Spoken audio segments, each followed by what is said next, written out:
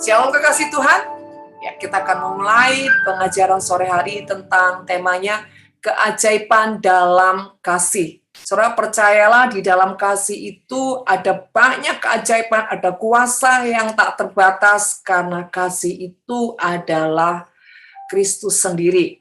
Ya, saudara, banyak anak-anak Tuhan ya lebih memilih rasa nyaman dengan yang dunia tawarkan atau tipuan iblis yang ujungnya hanya menjerumuskan manusia masuk ke dalam kebinasaan. Ya, saudara, contohnya apa ya, gitu ya? Contohnya, saudara ya, lebih memilih yang main gadget, lihat YouTube, saudara, atau lihat sinetron ya daripada cari Tuhan, daripada bersekutu dengan Tuhan, ya. Bahkan saudara ada orang-orang yang nggak siap kalau dirinya dijulukin Mister atau Miss Ekstrim, ya. Saudara terkasih, terkadang dunia itu menawarkan hal-hal yang luar biasa, yang kelihatannya luar biasa, indah, mewah, manis, tapi sesungguhnya semuanya itu hanyalah ujungnya kebinasaan. Nah, saudara, jujur ya, saya sangat-sangat ini ya, mengapresiasi saudara ya, karena kesetiaan saudara yang terus-menerus nih ya, dalam 3 hari ikutin pengajaran dari hari Kamis dengan Pastor Robert, kemarin hari Jumat dengan Pastor Joshua Kuwana Tanjung, dan hari ini, wow, ini luar biasa. Ya, kehausan, kelaparan saudara itu benar-benar bikin Tuhan, wow, keren. Ya, tapi saya berharap kita bukan sekedar sampai di situ, tapi memang benar-benar jiwa kita itu punya kehausan seperti rusa yang haus akan air, ya. Saudara, nah kembali lagi. Tetapi ya, kasih sejati itu hanya dapat dilakukan Kristus. Hanya Yesus yang bisa melakukan kasih sejati. Atau anak-anak Tuhan, ya, yang sudah mewarisi kasih Kristus, saudara ya. Di mana kita tahu kita mewarisi kasih Kristus karena Roh Kudus sudah tinggal di dalam kita. Dan memang sudah seharusnya ya kita sebagai anak-anak Tuhan ya, saudara dapat melakukannya, dapat memberikan ya kasih sejati kepada dunia ini supaya dunia ini dapat melihat Kristus dalam kehidupan kita. Ya. Saudara, tapi faktanya banyak anak-anak Tuhan belum bisa atau tidak bisa melakukan hal ini. Karena apa? Mereka tidak sungguh-sungguh hidup di dalam firman. Nah, saudara, kita akan baca firman-nya ya. 1 Korintus 13 ayat 1 sampai dengan 3. Saudara, inilah ya, sekedar kita mengerti ya bahwa segala kehebatan apapun semua tanpa kasih itu nol ya. Demikian firman Tuhan. Sekalipun aku dapat berkata-kata dengan semua bahasa manusia dan bahasa malaikat, tetapi jika aku tidak mempunyai kasih, aku sama dengan gong yang berkumandang dan canang yang gemerincing. Sekalipun aku mempunyai karunia untuk bernubuat dan aku mengetahui segala rahasia dan memiliki seluruh pengetahuan, dan sekalipun aku memiliki iman yang sempurna untuk memindahkan gunung, tetapi jika aku tidak mempunyai kasih, aku sama sekali tidak berguna. Wow, saudara. Lihat ya, dikatakan sekalipun bisa bahasa seluruh dunia, bahkan bisa malaikat sekalipun, saudara ya. Bahkan bahasa roh sekalipun, saudara ya. Kalau itu nggak ada kasih, percuma, saudara. Ya, bahkan dikatakan kalau kau punya karunia pernubuat ya, mengetahui segala rahasia, bahkan mengetahui seluruh pengetahuan, bahkan iman yang sempurna. Wow, keren banget, saudara. Kalau ada orang punya iman sempurna ya saudara ya untuk memindahkan gunung, tetapi kalau tidak punya kasih sama sekali juga tidak berguna, saudara. Dan yang ketiga, dan sekalipun aku membagi-bagikan segala sesuatu yang ada padaku, bahkan menyerahkan tubuhku untuk dibakar sekalipun. Wow, ya kalau kita lihat atau kita sering tahu ya orang-orang yang mati syahid katanya, saudara ya. Tetapi kalau itu dilakukan bukan karena kasih, saudara ya, semuanya itu saudara sedikit pun tidak ada faedahnya. Jadi Bapak Ibu saudara terkasih, sebab itu tidak ada apapun bisa kita megahkan di dalam apapun saudara, bahkan ya yang menjadi milik Tuhan sekalipun, karunia, talenta saudara, apapun itu saudara, karya Tuhan sekalipun saudara ya, semua yang hebat, yang kelihatannya mulia, tapi kalau itu tidak ada kasih, ujungnya semua itu nol besar dan tidak ada faedahnya, tidak ada gunanya, kata firman. Ya, saudara terkasih dalam nama Tuhan, mari kita belajar. Banyak manusia seringkali membanggakan karunia-karunia yang Tuhan sudah berikan, yang Tuhan percayakan. Bahkan saudara ya, mereka itu bukan hanya membanggakan, tetapi menyalahgunakan apa yang Tuhan percayakan dalam hidupnya. Nah ini saudara fatal kalau sampai menyalahgunakan ya saudara ya, bahkan memperjualbelikan saudara ya. Bahkan saudara, banyak orang-orang ya sampai menaruh dirinya dalam tahap level yang seperti dewa dalam tanda kutip ya, yang harus dihormati sedemikian rupa, dilayani sedemikian rupa, dan ujungnya seperti Farisi. Ini sebetulnya mereka itu ya sedang mau menyaingi Tuhan tanpa disadari. Jadi kalau ada hamba-hamba Tuhan minta dilayani spesial ya, minta dilayani berlebihan seperti seorang raja, seorang pembesar, ini salah saudara. Seorang hamba Tuhan itu pelayan, budak, hamba, jongos saudara, yang harusnya menjaga kerendahan hatinya. Dan seorang hamba Tuhan harus humble. Tidak ada yang namanya hamba Tuhan jadi tinggi hati, saudara. Ya, tinggi hati nggak boleh, besar hati boleh. Kalau besar hati itu berarti orang yang ikhlas, saudara. Nah ini saudara, kalau ada orang-orang yang mengatakan dia adalah hamba Tuhan, tetapi dia tinggi hati dan selalu ingin menonjol, ingin mencari kehormatan manusia, dan ingin, saudara ya, dipandang sebagai orang yang punya kehormatan dan harus saudara ya, dan harus dibeli dengan yang sangat mahal dengan rupiah atau apapun. Ini bukan hamba Tuhan, saudara. Ya, saudara terkasih, kita harus berhati-hati. Ya, harus berhati-hati dalam hal ini.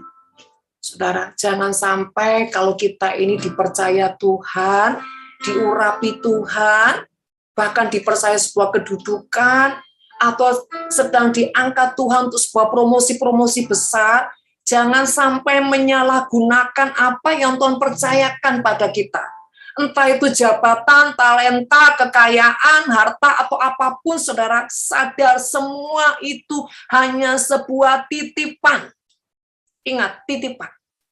Jangan merasa sok menguasai, jangan sok merasa ya mengendalikan atau mengatur Tuhan. Saudara, kenapa gereja-gereja jadi kehilangan nilai sakral, nilai kuasa, bahkan nilai keilahian? Karena banyak gereja tidak dalam pimpinan Tuhan, tidak dalam pimpinan Roh Kudus, tapi semua program karena kehebatan dan rancangan manusia, bukan rencana Tuhan. Setiap program-program gereja atau persekutuan atau apapun, saudara, aktivitas gerejawi atau rohani, tidak didasarkan karena kehendak Tuhan, tidak didapati karena berdoa, karena tidak didapati karena kemauan Tuhan, tapi program-program manusia. Nah ini saudara, sangat mengerikan. Bapak Ibu terkasih, apapun yang dipercayakan kita, baik itu secara rohani maupun sekuler, hendaklah kita selalu melibatkan Tuhan, ya. Jadi biarlah kehendak Tuhan yang jadi. Ingat, kita ini semua hanyalah hamba-hamba yang dipercayakan. Jadi kalau kita itu berdoa, bukan hanya nilai-nilai yang rohani saja. Jadi kalau tentang rohani, tentang gereja, tentang persekutuan, tentang rohani, kita tanya Tuhan. Tapi begitu tentang pekerjaan, tentang sekuler, kita nggak tanya Tuhan. Tidak boleh. Sebagai anak Tuhan, apapun itu bentuknya, bahkan anak-anak kita pun kalau sekolah, harus juga tanya Tuhan di mana mereka harus bersekolah, di mana mereka harus bekerja. Apapun itu harus atas kehendak Tuhan. Kalau hidup saudara dipimpin oleh Tuhan, itu akan luar biasa. Sekalipun ada prosesnya, sekalipun ada tantangannya, tapi ada jaminan Tuhan yang menyertai saudara bagai tiang awan, tiang api. Engkau tidak akan dibiarkan berjalan sendiri. Sekalipun ada kesesakan, ada proses-proses yang sangat berat, tetapi jaminan Tuhan akan membuat engkau terus terus mengalami kemenangan. Jadi Bapak Ibu saudara terkasih, mari kita harus berhati-hati dalam hal ini, ya. Nah, kita mau belajar di sini nih, kasih seperti apa sih yang mendatangkan sebuah keajaiban? Ada sebuah contoh. Kita lihat di sini adalah contoh daripada kasih Yonatan kepada Daud, ya. Saudara, kita baca dalam 1 Samuel 18 ayat yang ke-13 sampai dengan 4. Demikian firman Tuhan, ketika Daud habis berbicara dengan Saul, berpadulah Yonatan dengan jiwa Daud, dan Yonatan mengasihi dia seperti jiwanya sendiri. Ya, dikatakan berpadulah jiwa Yonatan dengan jiwa Daud, sehingga Yonatan mengasihi dia seperti jiwanya sendiri. Mengasihi siapa? Mengasihi Daud. Yonatan mengikat perjanjian dengan Daud karena ia mengasihi dia seperti dirinya sendiri. Saudara, inilah kasih yang sampai sampai menjamah sebuah hubungan di dalam ikatan batin, saudara. Ya, saudara, dikatakan berpadulah jiwa Yonatan dengan jiwa Daud. Saudara, ya, kita melihat di sini Yonatan adalah menggambarkan pribadi yang ada di dalam puncak kesuksesan karena dia adalah anak Raja Saul, ya, dia orang yang sangat luar biasa, sangat kaya, punya tahta, saudara. Tapi bagaimana dia merendahkan dirinya, saudara, ya, demi untuk mengasihi Daud, bahkan menjadikan Daud itu sahabatnya. Dia mengikat perjanjian dengan Daud, yang Daud itu bukan siapa-siapa, saudara. Daud bukan orang siapa-siapa.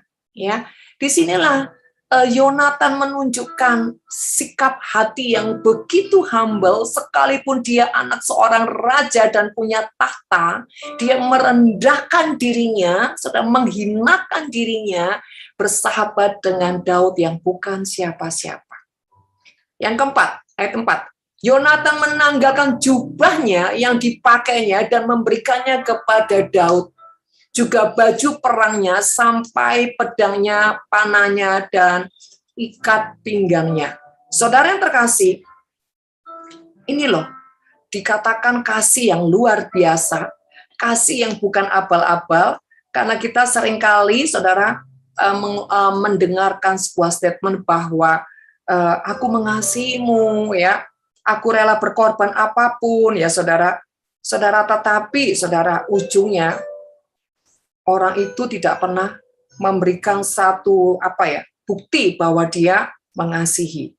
Saudara terkasih, kita lihat di sini bagaimana kekuatan kasih Yonatan kepada Daud, saudara, sehingga dikatakan dia bukan hanya mengikat perjanjian, tetapi Yonatan ini punya passion yang sangat luar biasa. Dia menanggalkan jubahnya. Saudara, kita akan mengupas di sini. Apa arti jubah? Apa arti baju perang? Apa arti pedang? Ya, saudara. Nah, saudara, jubah bicara kehormatan dan legalitas dirinya sebagai anak raja. Dia berani letakkan semuanya. Dia berani lepaskan semuanya. Saudara, ini tidak mudah loh, saudara.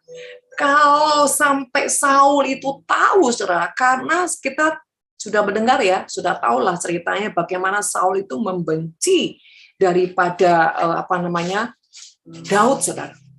Tapi di sini, saudara, si Yonatan ini, saudara, ketika mengikatkan perjanjian dengan Daud, dia bukan mengeluarkan statement, bukan hanya mengikatkan perjanjian, saudara, di jiwa, tapi dia meletakkan kehormatannya dengan memberikan jubahnya.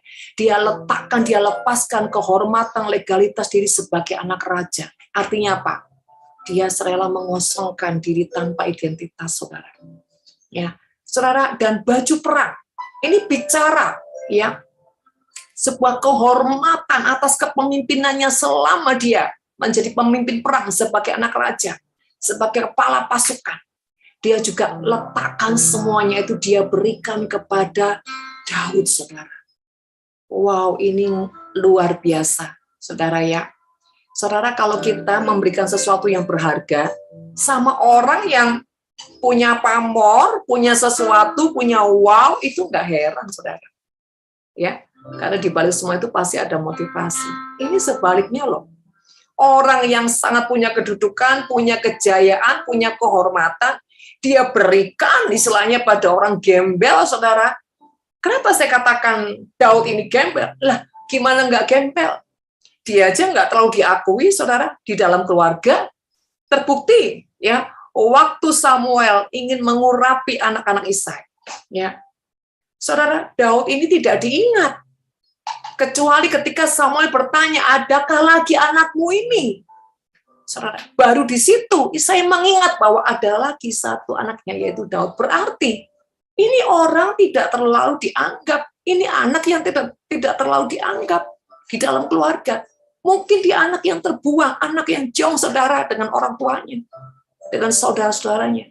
Tetapi lihat, saudara, karena Daud ini orang yang selalu menabur kasih dengan Tuhan.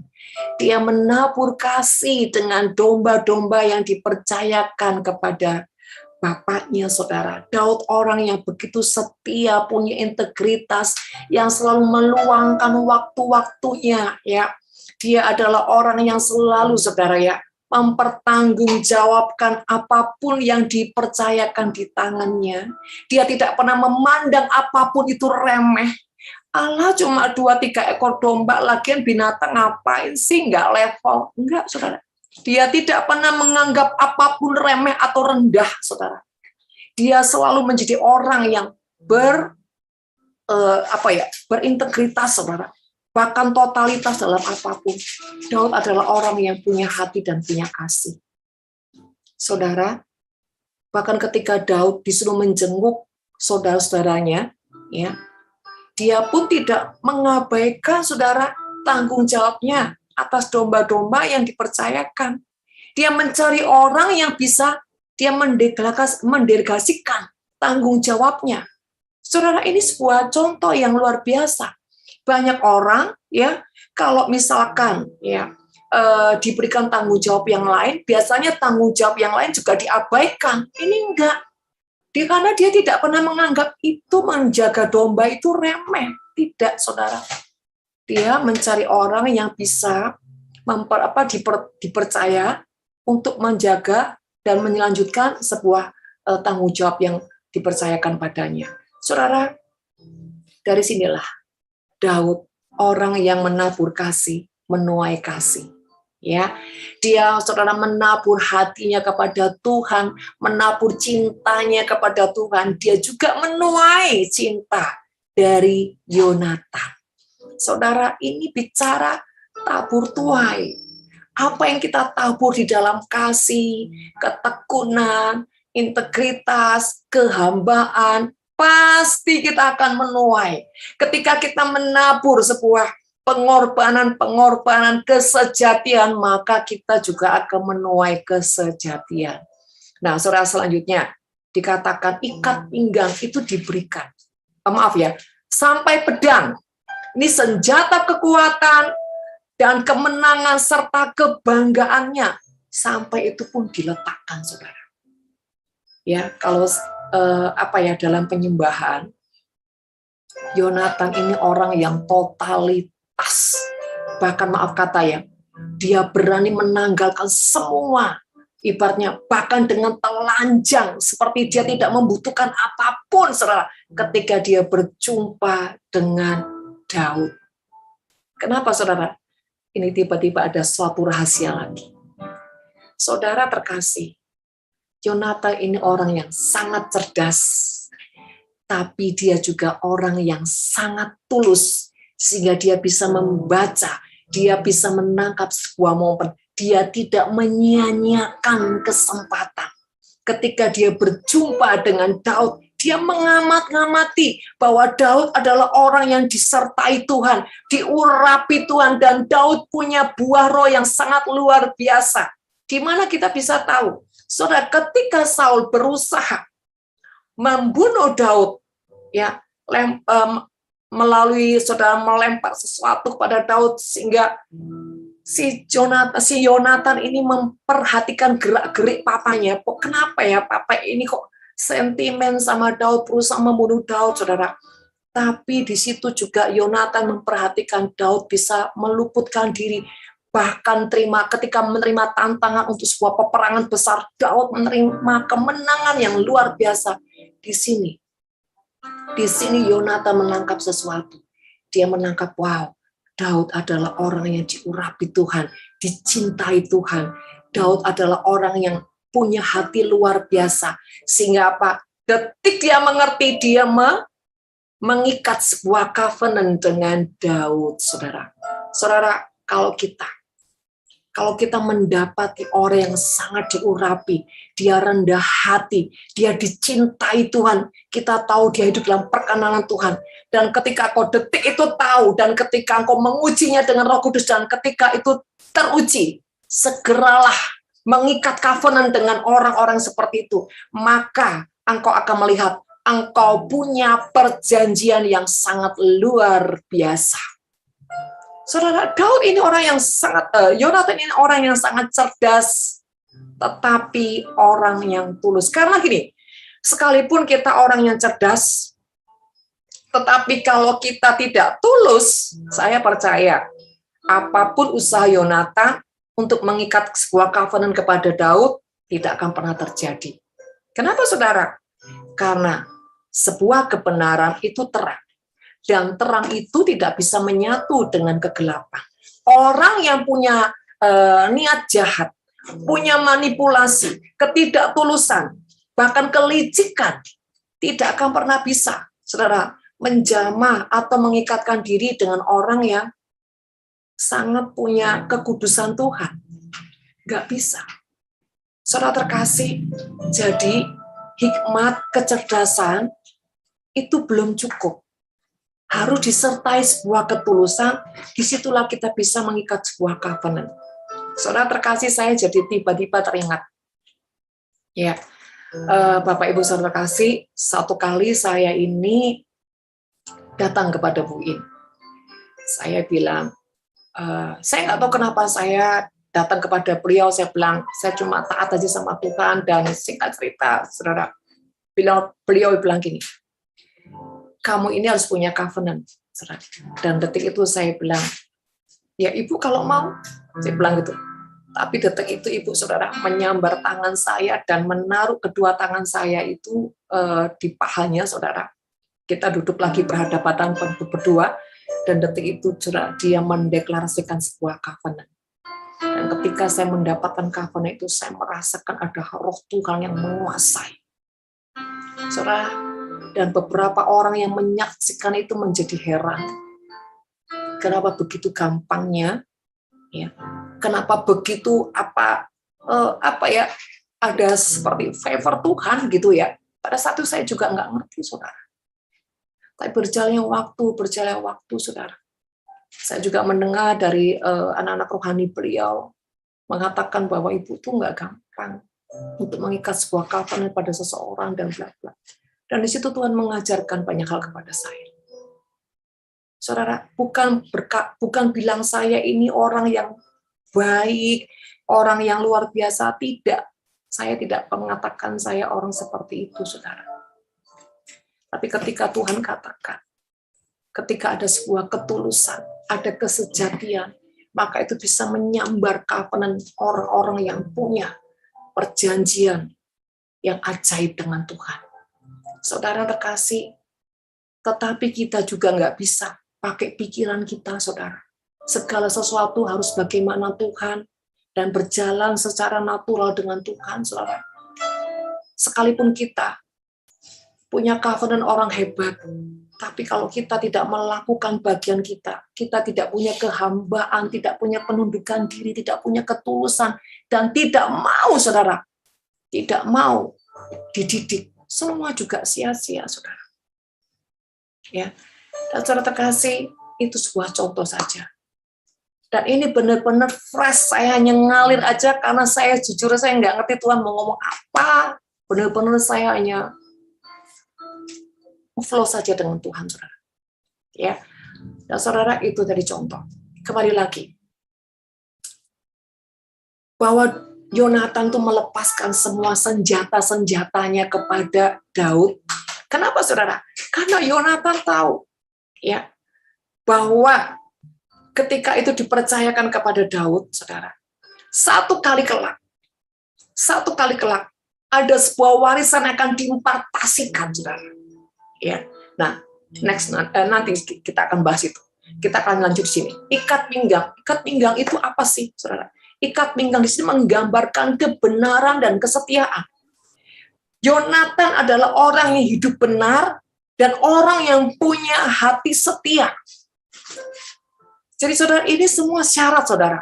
Bagaimana kita bisa menuai ya sebuah keajaiban di dalam kasih, ini juga syarat-syaratnya, saudara.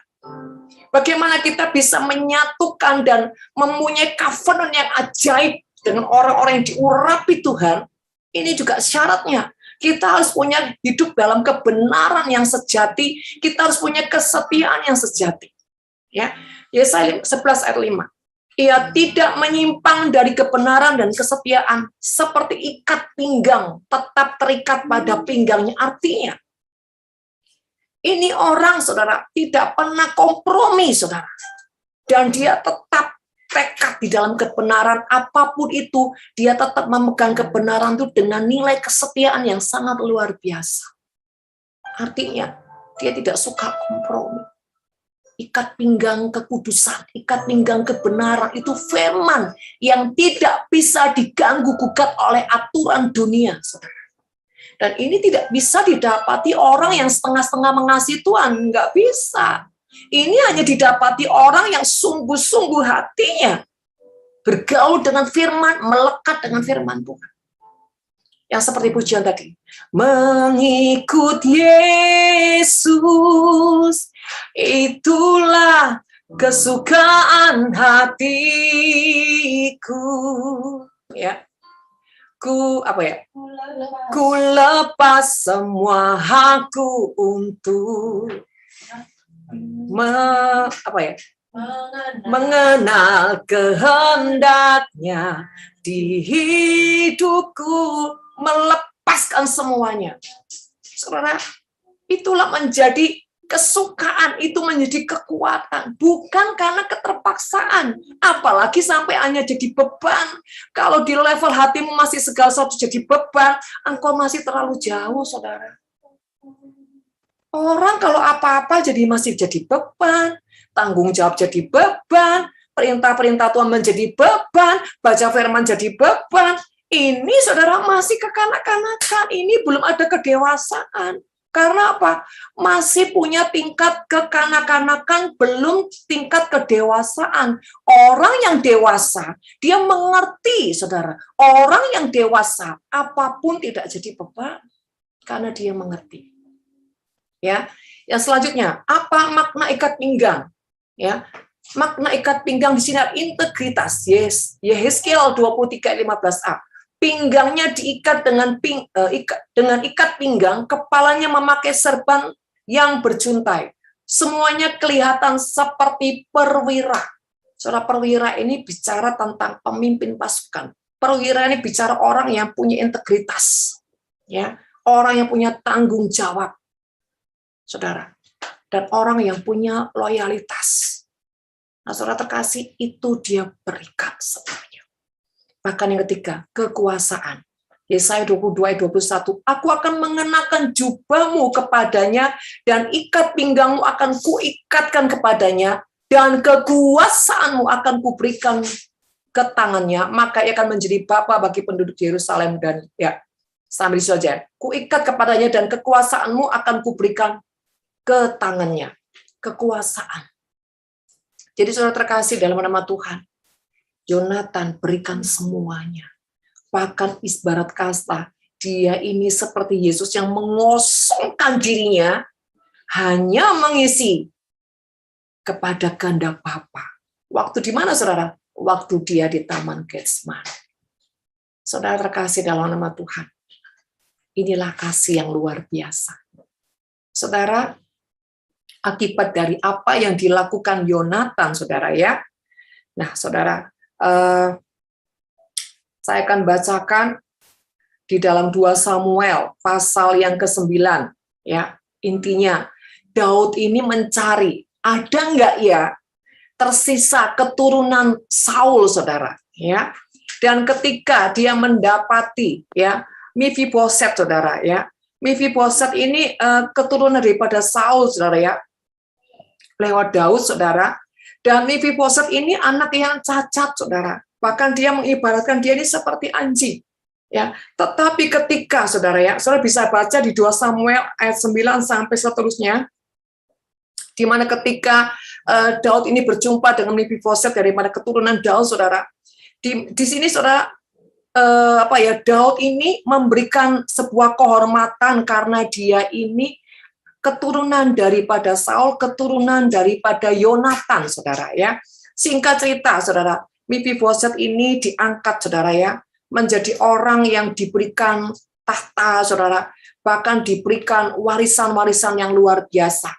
Saudara, Mephiboset adalah orang yang tadinya terbuang, cacat dan tidak berguna. Tapi ingat, ketika Yonatan mengikatkan dirinya kepada Daud, mengikatkan sehingga Daud itu Yonatan membangun sebuah covenant kepada Daud, saudara, sehingga keturunannya yang bernama Mephiboset ini yang harusnya menjadi orang yang tidak berdaya, cacat, tidak berdaya, bahkan terbuang karena seluruh keturunan Saul itu akan terbuang. Tapi saudara ingat, gara-gara Yonatan mengikat perjanjiannya dengan Daud, Mephiboset ini bisa diselamatkan, bahkan dia mendapatkan sebuah kehormatan dari Daud, saudara. Bahkan disejajarkan, saudara. Karena apa? Daud mengingat perjanjiannya kepada Yonatan. Saudara, hidup ini ingat, saya selalu mengingatkan di dalam hidup ini ada tabur tuai. Ingat saudara, mungkin pada saat kita menabur nih ya, bukan kita yang menuai. Tapi pada saat kita mungkin nanti sudah nggak ini, ada anak-anak kita yang akan menuai, mewarisi apa yang kita tabur, saudara. Makanya firman Tuhan berkata, anak cucu keturunan orang benar tidak akan meminta-minta, saudara. Ya, saudara terkasih, saya teringat cerita daripada Bapak Alexander Saputra yang punya gereja Betani Surabaya. Ya, gereja yang terbesar itu ya di Surabaya, saudara, bahkan mungkin seluruh Asia, saudara ya. Beliau bercerita, dulu mamanya waktu buka apotik, saudara ya, sampai apotik ini uangnya habis hanya untuk apa? Dipersembahkan sama hamba-hamba Tuhan, pekerjaan Tuhan, sampai anaknya semua komplain. Mama ini gimana sih? Gitu loh. Semua diberikan sama Tuhan, semua. Mamanya cuma bilang gini, kamu nggak tahu apa yang mama lakukan. Dan saudara, satu kali ini beliau nih, Pak Alex, Pak Abraham Tanu Saputra, beliau bilang gini, ya, kolektornya, persembahannya, ya, itu dihitung setengah bulan nggak selesai, saudara ya. Mereka tuh berlimpah-limpah. Saudara, benar-benar sukses sampai berapa turunan ujungnya, saudara. Karena apa? Beliau bercerita, karena mama saya dulu menabur habis-habisan sampai dicela sama keluarga. Mama saya cuma tersenyum. Dia ngomong, kamu nggak tahu apa yang mama lakukan. Maaf kata ya, bahkan ada statement loh. Ini kekayaannya 7 turunan dimakan nggak habis, loh, saudara. Saya nggak tahu itu benar atau enggak. Kenapa? Kita jangan lihat itunya. Tapi karena apa yang dia tabur. Seorang wanita sebagai pahlawan di dalam keluarga menabur dengan mencucurkan air mata mungkin berdarah-darah. tapi dia lakukan itu dengan tulus untuk Tuhan. Saudara, yang penting itu lakukan apapun bukan dengan emosi ya, bukan dengan kedagingan, apalagi motivasi. Emosi, motivasi itu nggak boleh, saudara. Tapi bagaimana Tuhan? Ketulusan pun juga harus disertai hikmat, karena kalau tidak ada hikmat, nanti roh setan akan memanipulasi apa yang kita tabur, sehingga nanti kita salah dalam menabur, saudara. Ya, jadi itu Bapak Ibu Saudara terkasih.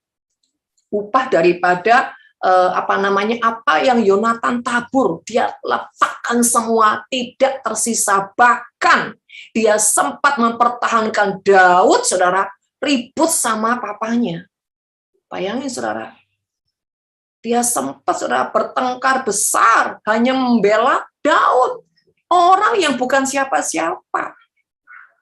Bapak Ibu Saudara terkasih, ketika kita membela orang-orang yang terbuang, orang-orang yang tersingkirkan, orang-orang yang tidak dipandang dunia, kita mempertahankan, seandainya saudara sebagai pengacara nih ya, berani membela hak-hak orang yang lemah, engkau dan keturunanmu akan dibela Tuhan loh.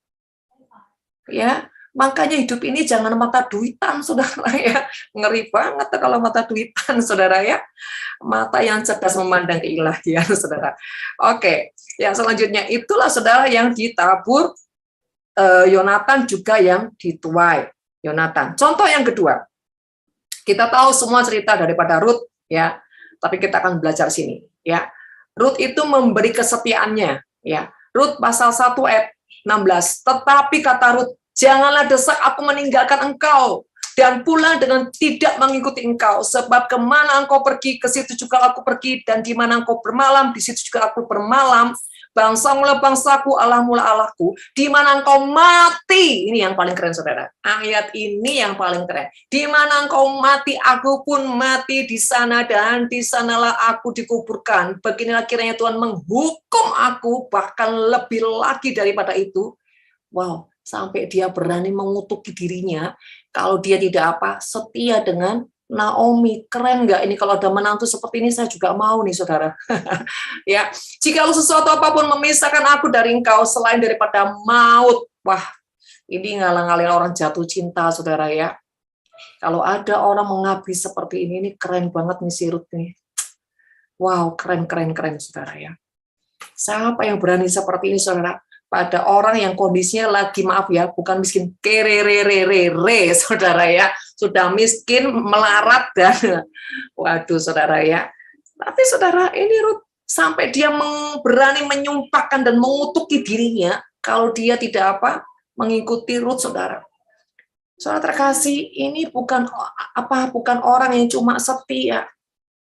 Bukan cuma mengeluarkan statement setia. Banyak orang cuma setia, tapi setianya kosong sama Tuhan. Bukan setia yang punya isi, punya bobot, saudara. Apa sih isi yang setia yang kosong itu? Ya, contoh. Ya, bukan menghakimi, cuma ngingatin, saudara. Ya, aku setia, Bu, doa pagi. Aku setia beribadah minggu. Aku setia berpuluhan, Bu. Tapi tidak setia baca firman, merenungkan firman, melakukan firman dengan sungguh-sungguh. Nah, ini namanya kesetiaan kosong. Ini seperti murid cuman ceklok, cuman absen, tapi bobot di dalamnya nggak ada. Ya, ini saudara yang jadi boneka-boneka yang digerakkan oleh kuasa-kuasa roh jahat. Karena dia kosong, kesetiaannya kosong, saudara. Nggak ada bobot di dalamnya. Ya, kesetiaan yang punya bobot itu bukan hanya seperti orang absen, tetapi dia juga setia melakukan apa yang tidak dilihat oleh manusia. Dia mengerjakan apa yang tidak dilihat oleh manusia. Contoh, dia setia baca firman, dia renungkan firman, dia orang yang melakukan firman Tuhan. Ya, inilah kesetiaan yang punya isi, saudara. Ya, jangan cuma setia doa pagi, setelah itu udah, saudara lupa segala sesuatunya. Saudara pikir dengan doa pagi selesai. Saudara tidak punya jam-jam mesbah secara pribadi dengan Tuhan. Saudara tidak punya jam-jam keintiman dengan Tuhan secara pribadi. Bahkan saudara tidak punya komitmen untuk hidup, merenungkan dan melakukan firman. Ya, saudara. Saya berharap di sini tidak ada. Ya, di sana-sana aja yang ada ya, saudara ya. Oke, selanjutnya. Yang kedua, Ruth adalah orang yang memberi diri untuk mengabdi. Jadi, bukan cuma mengeluarkan statement, aku ikut Naomi. Tapi dia siap konsekuensinya kalau ikut Naomi, siap jadi budaknya, siap jadi jongosnya, siap lakukan apapun yang sampai terendah. Banyak orang, Bu, saya punya komitmen untuk jadi hamba Tuhan. Saya udah mulai buka hati, menyerahkan diri sebagai hamba Tuhan yang mau dipakai Tuhan. Katanya, saudara. Tapi faktanya, ya, tidak pernah siap. Siap melakukan apa? Pengabdian, saudara. Coba di sini kita baca Rut pasal 2 ayat 2. Maka Rut, perempuan Moab itu, berkata kepada Naomi, biarkanlah aku pergi ke ladang memungut bulir-bulir jelai di belakang orang yang murah hati kepadaku. Dan saat Naomi kepadanya, pergilah anakku. Saudara perhatikan sini. Biarkanlah aku pergi ke ladang, ngapain? Ngapain, saudara? Memungut. Saudara, bukan memetik loh ya dari pohon. Memungut itu menantikan ada orang-orang yang murah hati, sengaja menjatuhkan sisa-sisa yang dituainya. Saudara, artinya dia siap, saudara, merendahkan diri, ngemis istilahnya ya, ngemis, saudara ya. Di depan orang-orang Yahudi, bangsa Yahudi, saudara. Karena apa? Dia orang Moab. Saudara terkasih, dia siap, saudara, menghinakan dirinya loh.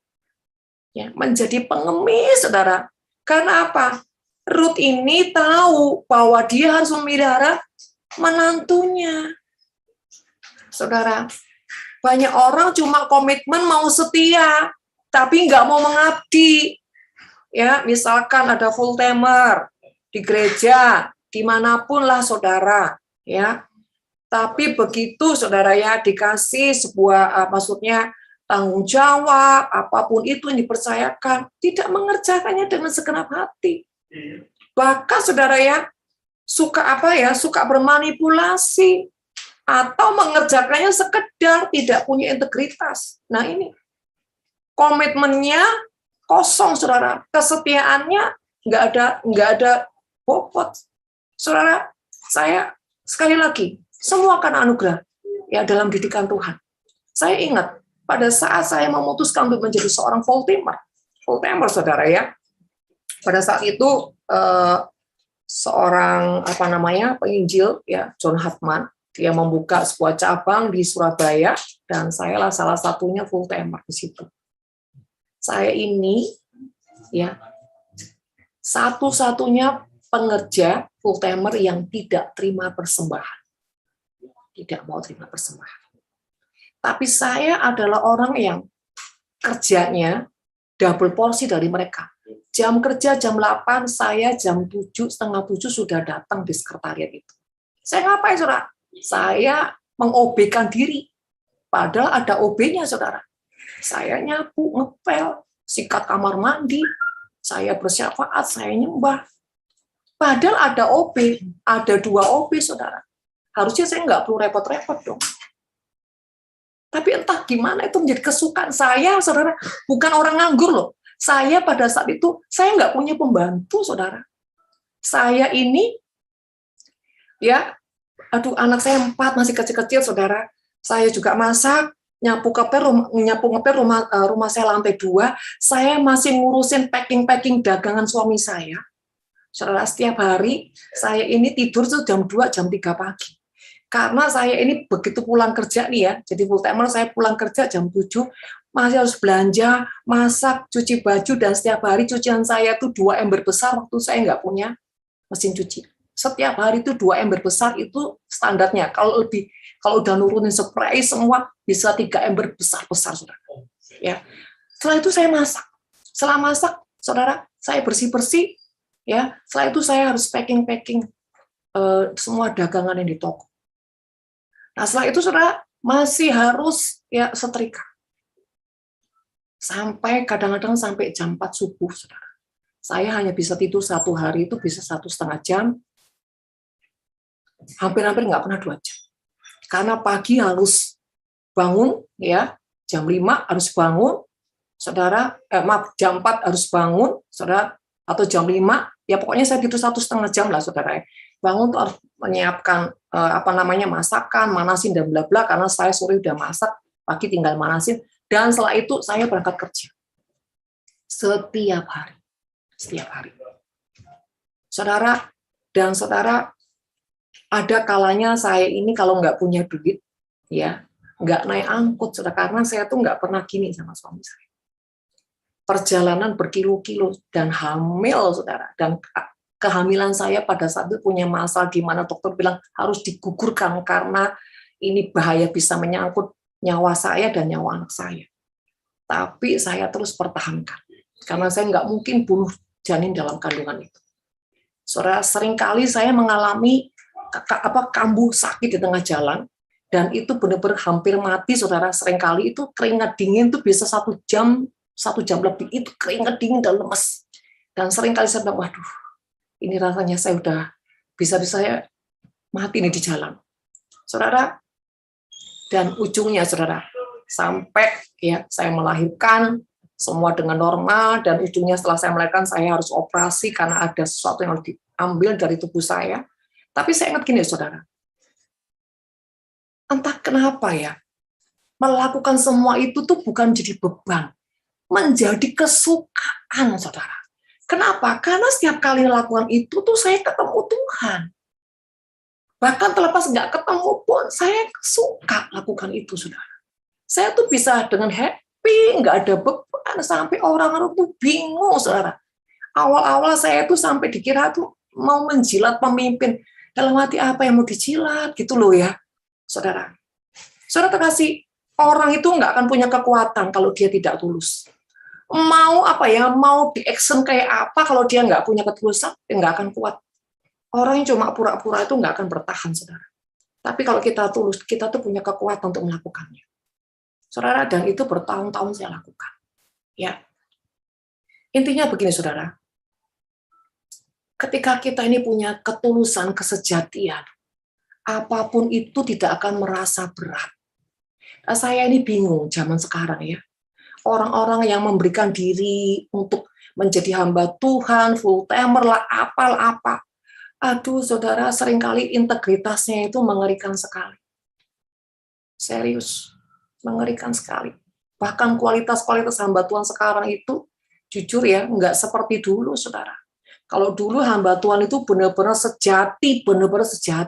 Sekarang ini hamba Tuhan, maaf kata, mau cari ini, saudara, karena nggak ada kerjaan lain. Kebanyakan, ya, tetapi saya percaya di sini nggak. Ya, saudara terkasih, kenapa? Mereka pikir cari kerja susah, ya udahlah jadi hamba Tuhan aja lah. Nah ini, saudara. Kalau itu menjadi pelarian, itu ngeri sekali. Kalau sesuatu bukan panggilan, itu ngeri sekali, saudara. Apalagi kalau itu menjadi mata pencarian, itu mengerikan sekali, saudara. Jangan pernah kita ini menjual Tuhan dengan pelayanan. Ngeri sekali, saudara. Ya, jadi kembali lagi, saudara terkasih, ya, tentang di mana Rut memberi diri, saudara, ya, di mana dia itu komitmen dengan keputusannya. Banyak orang itu nggak komitmen dengan keputusan. Awalnya mau jadi seorang pengabdi, tetapi begitu disodorkan sebuah tanggung jawab dan bla bla, seringkali jadi beban lah, sesek lah, apalah, bahkan menjadi apa? Sesuatu yang menekan.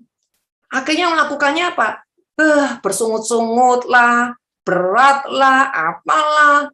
Nah, saudara, itu celah, seperti kau membuka pintu hatimu untuk apa? Menarik magnet setan, magnet iblis, untuk mengotori semua yang di pikiranmu, di jiwamu. Makanya engkau semakin jahat, saudara. Hati-hati, saudara. Ya, pengabdian itu kudus, pengabdian itu mulia, suci.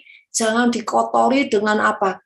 Dengan ketidakrelaanmu, dengan trik-trik kelicikanmu, dengan manipulasi, kalau engkau nggak siap jadi hamba Tuhan, mendingan nggak usah jadi hamba Tuhan lah. Kerja sekuler. Mending saya akan sangat menghormati orang yang kerja sekuler tapi punya hati hamba. Itu lebih mulia, saudara. Lebih mulia. Ya. Yang selanjutnya dikatakan di ayat 7, tadi ia berkata, izinkanlah kiranya aku memungut dan mengumpulkan jelai dari antara berkas-berkas jelai ini di belakang penyabit-penyabit. Saudara, dia merelakan dirinya, saudara ya. Ada di belakang penyabit-penyabit, saudara. Dan begitu ia datang dan terus sibuk dari datang dan terus sibuk dari pagi sampai sekarang dan sedetik pun tidak berhenti. Wow, saudara ya.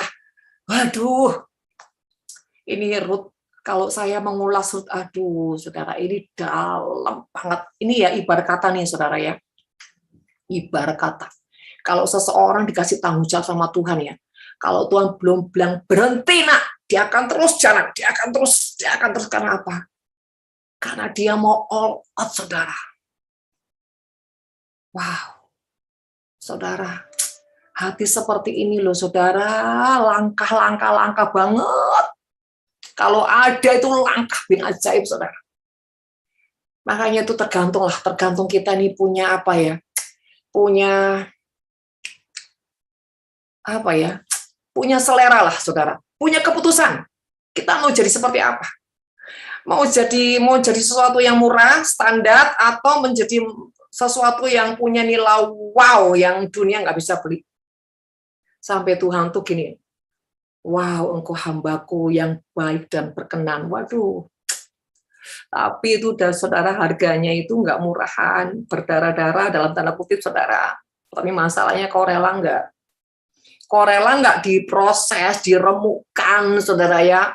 Kau masuk di dalam perapian, dimurnikan, emosimu, saudara ya, meledak-ledak itu ketika saudara, mau nggak, saudara? Maukah engkau jadi hati yang diukir Tuhan bertahun-tahun, bahkan mungkin puluhan tahun kau akan terus diukir, saudara.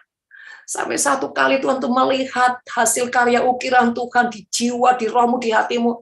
Tuhan itu bukan cuma kagum ya, dia nangis. Karena apa? Kau membuktikan, kau bertahan sekalipun kau sakit, kau seperti digigit, seperti digores apapun. Bahkan ya saudara, istilah kata tuh ya, seperti Ayub, dia menggaruk bornya dengan botol, saudara. Karena apa? Saking ya, saudara ya, gatalnya itu luar biasa. Bagaikan ketika engkau punya hati diukir dengan mungkin ya pecahan belik, hatimu toreh-toreh. Apakah kau bisa tetap berkata bersyukur, bersyukur, bersyukur, bersyukur? Apakah tetap bisa seperti itu? Karena kasih setiamu. Karena kasih setia Tuhan yang apa? Menguatkan kita. Kemarin ya, di hari Jumat, ada seorang ibu tanya, apa sih kasih karunia itu? Nah, ya, saudara, kasih karunia itu bicara kekuatan ilahi yang diimpartasikan kepada kita. Ingat, pada saat Petrus berkata, Tuhan ya, kiranya kalau boleh nih ya, cabut ini duri dalam daging ini. Tuhan bilang apa? Cukuplah kasih karuniaku bagimu. Artinya apa? Tuhan nggak akan cabut itu duri yang menusuk di hati, di jiwanya Paulus. Kenapa? Karena Tuhan tahu begitu dicabut nanti Paulus jadi mungkin nggak setia atau sombong atau apapun lah, saudara. Supaya Paulus menjadi orang yang terus hebat di mata Tuhan dalam pengabdiannya. Saudara, ada orang-orang tertentu loh ya, yang Tuhan nggak akan pernah cabut itu duri dalam dagung. Dan Tuhan cuma bilang gini, cukuplah kasih karuniaku bagimu. Biasanya orang seperti apa nih, saudara? Orang-orang yang punya penyembahan di Ruang Maha Kudus. Itu pasti ada duri dalam daging. Seumur hidupnya nggak akan pernah lepas. Tapi Tuhan tahu, orang itu apa? Orang itu mampu, orang itu punya ketulusan, orang itu punya keikhlasan yang lebih, orang itu pasti, saudara, akan mempersembahkan yang terbaik. Tuhan tahu setiap kapasitas kita. Memang, saudara, sebelum Tuhan memberikan sesuatu, sebelum Tuhan menentukan sesuatu, Dia sudah memberikan memberikan kapasitas itu kepada kita. Ya, seperti talenta, diberikan sesuai kemampuan masing-masing. Sudah dicetak, sudah dipersiapkan, sudah ditetapkan. Tapi apakah masalahnya kita mau apa enggak, itu aja, saudara. Jangan bilang, Tuhan aku enggak kuat. Semua yang Tuhan sudah taruh, sudah tetapkan, engkau pasti kuat. Tapi masalahnya engkau mau atau tidak, engkau berontak atau enggak. Gimana supaya kita menyikapi, kita bisa kuat? Ya, sekali lagi nih, pikiran kita harus punya kedewasaan. Ya, kedewasaan, positive thinking. Dan ketika kita sudah mengerti, kita buka hati, saudara. Kita ikhlasin semuanya, kita belajar mempercayai Tuhan, bahkan mengikat covenant dengan Tuhan. Itu luar biasa. Kita perlu mengikatkan diri dengan covenant Tuhan, bukan hanya cuma ngomong darah Yesus sebagai materai perjanjian, tapi apakah di jiwamu, di pengertianmu, benar-benar mau mengikatkan diri kepada Tuhan. Ya, saudara, ini bayangkan, terus sibuk sampai petang, tidak berhenti. Orang yang benar-benar, ya, all out, nggak hitung-hitungan sama Tuhan, apapun yang dia bisa berikan, persembahkan sama Tuhan, selagi dimampukan, aku akan mengerjakannya itu, sampai Raja puas menikmatinya. Ya, yang 12, Tuhan kiranya membalas perbuatanmu itu, dan kepadamu kiranya dikaruniakan upah sepenuhnya. Wow, saudara, ini garis bawahi ya. Semua nih ya, yang saya kasih huruf besar-besar ini ya, jadikan rema, saudara. Jadikan rema. Ya, dikatakan, kiranya dikaruniakan upahmu sepenuhnya. Jadi saudara, bulat, tidak sedikit pun ya terhilang, saudara. Bulat, ya seperti cincin, saudara ya. Oleh Tuhan Allah Israel, ya, di bawah sayapnya engkau datang berlindung, orang yang selalu mengandalkan Tuhan, yang selalu, saudara, ada dalam tudungnya Tuhan, yang selalu ada dalam covenant-nya Tuhan. Ya, saudara, ini artinya Ruth adalah orang yang memberikan diri, menyerahkan diri, ada dalam covenant Naomi. Saudara, kembali lagi, kalau tadi Yonatan orang yang punya kejayaan, punya tahta, orang yang luar biasa, merendahkan dan mengosongkan diri, memberikan sesuatu kepada Daud, mengikatkan covenant kepada Daud. Kenapa? Ini orang cerdas dan tulus hati sehingga dia menangkap sesuatu. Tetapi bayangkan, ini Ruth, Moab ini bangsa yang dikutuk Tuhan, yang tidak boleh ada dalam hadirat Tuhan. Saudara bacalah di Perjanjian Lama. Moab ini adalah yang tidak boleh masuk dalam hadirat Tuhan. Tetapi ketika Ruth mengcovenantkan dirinya kepada Naomi, ini juga Ruth ini orang yang cerdas. Sekalipun dia miskin, dia cerdas, saudara. Dan tulus hati. Ketika dia mengcovenantkan diri kepada Naomi, saudara, disinilah dia bukan cuma mengcovenantkan dirinya aja, saudara, tapi dia benar-benar menunjukkan sebuah pengabdian. Dia menyatakan sebuah komitmennya, dia menyatakan pengabdiannya kepada Naomi, sehingga dia tidak diperintah. Ya, saya ini paling suka sama orang yang nggak perlu diperintah tapi ngerti, karena begitulah saya dengan Tuhan. Saya nggak tunggu diperintah Tuhan, saudara. Saya membiasakan diri mengerti apa yang dikesukaan Tuhan, apa yang diseleranya Tuhan. Kalau ketika saya lakukan ini, dia senang, dia puas, dia bahagia. Itu, saudara. Tetapi saya harus tanya dulu memang sama Roh Kudus. Roh Kudus, saya kalau begini Tuhan suka nggak ya? Ingat, Esther ketika dia ingin mengadakan perjamuan pada raja, dia kan tanya, jikalau Tuhan berkenan, sekalipun dia punya niat yang baik, yang tulus, yang murni, dia tanya dulu nih, dia nggak sok pinter, dia juga nggak sok ngatur, saudara. Dia dengan segala kerendahan hati, dia tanya, jikalau raja berkenan, aku akan begini begitu, saudara. Nah, kita juga punya Roh Kudus. Roh Kudus, Tuhan berkenan nggak ya kalau saya begini-begini? Kalau dia berkenan, tuh Roh Kudus itu membuat kita tuh berbunga hati. Kayak senyum gitu, saudara. Dan sungguh ketika kita melakukannya, kadang-kadang jadi punya kerinduan, tapi nggak punya benihnya, saudara ya. Contoh, saya punya kerinduan untuk seseorang, tapi nggak punya benihnya, saudara. Jadi apa yang saya lakukan? Tuhan, Saya tuh pengen, kalau Tuhan berkenan, iya Tuhan berkenan. Tuhan berkati ya, saya pengen ya Tuhan. Dan itu bayarnya bukan sehari 2 hari, mungkin berhari-hari, mungkin bisa bulanan. Nangis terus, sampai Tuhan lihat, seberapa dalam sih kamu mengasihi si A. Seberapa besar kamu mengasihi si A. Sampai kau belain, bahkan kalau perlu nih harus puasa, harus apalah. Sampai Tuhan melihat, seberapa dalam kasihmu itu.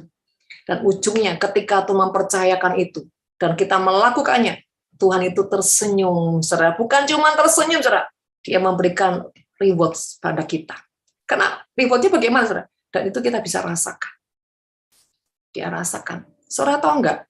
Kalau Tuhan sebagai sahabat, bahkan sebagai kekasih nih ya, kekasih. Setiap kita ini habis berbuat sesuatu yang mulia, dia itu selalu kasih jubah yang baru loh, saudara. Ibarat kita nih beli baju yang baru, ya. Tuhan selalu kasih jubah yang baru, saudara. Kadang-kadang, saudara, ya. Kadang-kadang gini, aduh pengen deh Tuhan kasih saya jubah yang baru. Kenapa? Saudara, bukan masalah jubah barunya, saudara. Tapi ketika Tuhan mengenakan itu, ada satu kebanggaan, ada rasa kenikmatan cintanya itu nggak bisa diungkapkan dengan kata-kata. Wow. Nikmat banget, saudara. Itu, waduh, bener loh, saudara. Ya, seperti pujian, sekalipun dagingku dan hatiku habis lenyap, ya, sekalipun pohon ara tidak berbuah apa-apa, saudara, itu nggak penting ketika saudara mengalami yang seperti itu dengan Tuhan. Ketika dia mengenakan jubah itu, saudara, ya. Apa sih jubah-jubah yang kadang-kadang yang seringkali Tuhan kasih ya? Ada macam-macam jubah, saudara. Ada jubah kesetiaan, kehambaan, kemurahan hati, ada jubah perkenanan, ada jubah perkenanan. Jadi gini, tergantung, saudara, dari apa yang kita lakukan. Ya, kalau Tuhan itu dia sedang senang memposisikan dirinya sebagai sahabat atau sebagai kekasih, nanti jubahnya itu selalu konteksnya ke situ. Ya, kalau dia sebagai kekasih ya, dia akan nyatakan ya, jubah apa, saudara? Jubah cinta, jubah gelora, jubah pengabdian, jubah ketulusan. Apa ya? Ya, kadang-kadang ada sih pernah yang jubah keindahan simfoni, karena gini, pada saat meletakkan itu sakit sekali, saudara. Tapi pada saat meletakkan itu sakit, tapi tetap nyanyi gitu loh, tetap nyanyi. Tetap nyanyi, engkau yang terbaik, aku kagum, aku mencintaimu, dan aku tidak pernah berhenti mencintai. Ketika kita mengeluarkan mazmur itu sampai saudara itu seperti bau harum yang tercium, saudara. Seperti minyak wangi ditumpahkan, saudara. Dan ujungnya menenggelamkan hati Tuhan. Wow, saudara. Di situ akan Tuhan kenakan jubah itu, saudara. Wow. Dan ketika dia kenakan, dia pun menangis dengan cinta. Kalau kita nggak ngalami susah, saudara. Tapi sekali lagi itu bukan sesuatu yang mudah. Itu butuh waktu yang sangat panjang, saudara. Itu nggak murahan.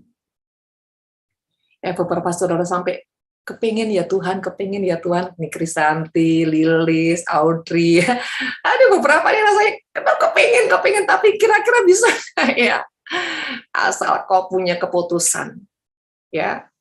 Alex juga pengen ya, Sanders ya, aku melihat dari hati kalian itu, ya, Beta juga, Sani, ya, ada beberapa kalian tuh pengen banget. Aduh Bu, gimana ya rasanya seperti itu ya, bangga banget ya. Aduh, pokoknya saudara, nggak pengen yang lain deh, serius. Ya. Nah saudara, kembali lagi ke firman Tuhan. Selanjutnya saudara, ya, yang ketiga, Rut ini memberikan nyawanya. Rut pasal 3 ayat 3. Yuk kita baca ya, ini klimaksnya saudara. Maka manggillah dan beruraplah, pakailah pakaian bagusmu dan pergilah ke tempat pengirikan itu. Jadi ini perintah daripada Naomi ya. Tetapi janganlah engkau ketahuan kepada orang itu sebelum ia selesai makan dan minum. Saudara, garis bawahi. Janganlah engkau ketahuan, berarti apa? Harus sembunyi-sembunyi, saudara. Aduh, saudara, ya. Bayangin Naomi itu wanita Moab, janda, ya, harus datengin Boas ke tempat pengirikan malam-malam menyelinap, saudara, ya. Aduh, mengerikan, saudara, ya. Yang selanjutnya, saudara, ayat 4, jika ia membaringkan diri tidur, haruslah engkau memperhatikan baik-baik tempat ia berbaring, jadi harus memantau terus, saudara, ya, berjaga-jaga. Kemudian datanglah dekat, singkapkanlah selimut dari kakinya dan berbaringlah di sana, maka ia akan memberitakan kepadamu apa yang harus kau lakukan. Saudara, dikatakan datanglah dekat, singkapkanlah selimutnya. Aduh, saudara, ya, ini, saudara, ini resiko sangat berat. Kalau Ruth pada saat itu diketahui, saudara, ya, bisa dirajam habis, saudara. Tetapi, saudara, Ruth enggak pikir panjang. Karena apa? Karena Ruth itu cuma satu. Kalau aku sudah komitmen, kalau aku sudah berkata menyerahkan hidupku, apapun tak ku jalankan, aku akan jalani apapun itu perintahnya, aku akan taat. Karena apa? Aku sadar aku ada dalam kendalinya, aku ada dalam otoritasnya. Saudara terkasih, bukankah Yesus sudah memberi hidup kita? Bukankah Dia penguasa atas hidup kita? Tapi mengapa seringkali kita tidak membiarkan Dia mengendalikan kita? Mengapa kita tidak memberikan otoritas itu kepada Tuhan atas seluruh hidup kita? Kenapa kita jadi sering ngatur Tuhan, mengendalikan Tuhan, bahkan marah ketika sesuatu tidak sesuai dengan apa yang kita mau, saudara? Sadar, saudara, kita ini orang yang harusnya mengabdikan diri, menghambakan diri dengan Tuhan. Bukan kita ngatur Tuhan. Bukan, maaf ya, kalau ada orang marah-marah, ngampuk-ngampuk sama Tuhan, saya lihat orang itu nggak tahu diri banget loh, saudara. Sangat tidak tahu diri. Karena apa? Entah dia tidak mengerti, entah itu apa, saudara. Ya, kalau tahu dirinya sudah dibayar dengan darah yang mahal, dia tidak punya hak atas hidupnya, saudara. Mau kata ya, anak saya pun saya itu nggak punya hak, karena saya hanya dititipkan sama Tuhan. Dititipkan anak saya. Kalau mau diapain Tuhan, ya terserah Tuhan. Saya hanya babysitter. Apapun itu di dunia itu bukan hak kita, saudara. Haknya Tuhan. Apapun kekayaanmu, pekerjaanmu, karuniamu, talenta, apapun itu. Tidak ada kata itu punya kita. Kita pengelola yang dipercaya Tuhan. Ingat itu, saudara. Nggak ada hak untuk kita marah, apalagi mengatur Tuhan. Apalagi pahit sama Tuhan. Salah besar. Ya, jangan jadi orang yang tidak tahu diri, ya, saudara. Selanjutnya kata Ruth kepadanya, segala yang engkau katakan itu akan kulakukan. Sesudah itu pergilah ia ke tempat pengirikan dan dilakukan tepat. Artinya semua, saudara, paket lengkap. Seperti yang diperintahkan mertuanya kepadanya. Sedikit pun tidak berkurang. Ini, saudara, ketaatan yang utuh. Ruth tidak menyayangkan nyawanya. Saudara, dia percayakan semua apa yang dikatakan Naomi. Saya taat. Karena apa? Lawang saya sudah memberikan diri kok. Saudara, banyak orang setengah-setengah ikut Tuhan. Setengah-setengah ketaatannya. Selebihnya tetap dia kendalikan untuk dirinya sendiri. Ya, ini namanya enggak konsekuen, saudara. Ya. Saudara kasih, mari kita belajar daripada Ruth. Selanjutnya, saudara, upah dari semua yang dia tabur di dalam kasih. Rut pasal 4:13. Lalu Boas mengambil Rut dan perempuan itu menjadi istrinya dan dihampirinya dia. Maka atas karunia Tuhan perempuan itu mengandung lalu melahirkan seorang anak laki-laki yang ujungnya, saudara, sampailah ya Daud, saudara, sampailah Yesus, saudara. Menurut silsilah ini, saudara. Saudara kasih, Rut yang tadinya bangsa Moab, yang hina, ya, yang dinajiskan, tidak boleh masuk dalam hadirat Tuhan. Ya, dan ketika dia kawin dengan anak Naomi, dia janda, sudah janda miskin, saudara. Ya, tetapi ketika dia mengikatkan diri kepada Naomi, ya, membangun sebuah covenant-nya kepada Naomi, saudara. Dan dia menyerahkan semua pengabdiannya kepada Naomi karena hati Rut mengasihi Naomi. Dan ujungnya, saudara, ini putri abu dikawin dengan pangeran, saudara. Saudara terkasih, inilah keajaiban di dalam kasih. Semua yang kita tabur, oke sudah. Semua yang kita tabur, saudara, akan menuai semua dalam keajaiban. Oh ya, yang terakhir, kesimpulannya, saudara. Yang kita harus catat di sini ya, kunci keajaiban dalam kasih. Syaratnya, saudara, harus punya nilai. 1, kemurnian. 2, pengabdian. 3, tidak takut kehilangan nyawanya. Firman Tuhan bilang, orang yang takut kehilangan nyawanya akan kehilangan. Tapi orang yang tidak takut kehilangan nyawanya, tidak akan kehilangan nyawanya. Ya, saya sudah membuktikan ketika saya di Papua, ketika saya di Kalimantan, saya dimanapun, saudara. Ya, ketika saya menyerahkan hidup saya, malah saya mendapatkan hidup saya dari Tuhan. Oke, saudara, dari semuanya ini, saudara terkasih, mari kita merenungkan, ya Bapak Ibu saudara, kita merenungkan bahwa semua yang kita tabur berdasarkan kasih, berdasarkan sebuah kemurnian, dan kita benar-benar ya membiasakan segala sesuatu itu punya nilai kualitas yang luar biasa, maka engkau juga akan menuai kualitas yang luar biasa, saudara. Ya, saudara itu. Nah, saudara terkasih, sampai di sini pengajarannya.